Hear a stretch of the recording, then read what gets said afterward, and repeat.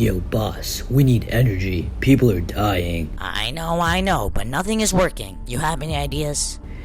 Maybe we could use nuclear fusion. Fusion? Are you stupid? That's the thing that powers the sun. You need at least 15 million degrees Celsius for that to actually occur. If only there was a way we could have fusion at room temperatures. Actually, there is, and it's called Muon Catalyzed fusion. It uses a particle called the muon. It's almost the exact same particle as an electron, except the muon is a lot heavier.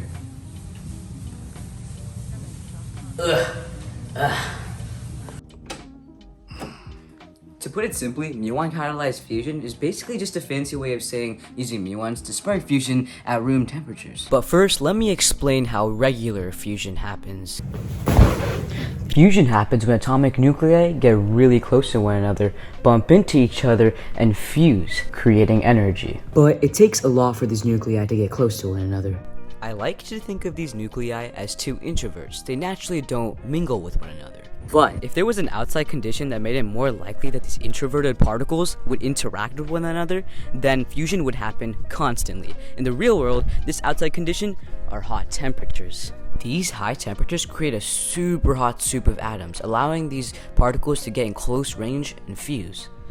Remember those muon particles we talked about earlier? Well, by using them, we don't need hot temperatures for fusion.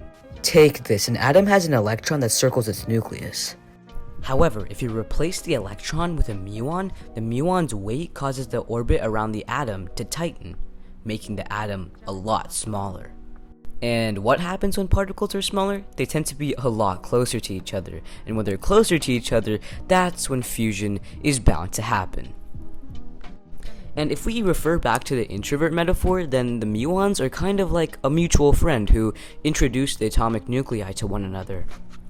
But the muon doesn't just stop there though. It fuels about 160 more fusion interactions before it dies. So why isn't muon catalyzed fusion powering our world? Well, you see, there is one problem. Muons take a lot of energy to make, and they don't make enough energy back. So when using muon catalyzed fusion, as of right now, we're currently losing energy. However, in recent years, technology using lasers are being created and tested.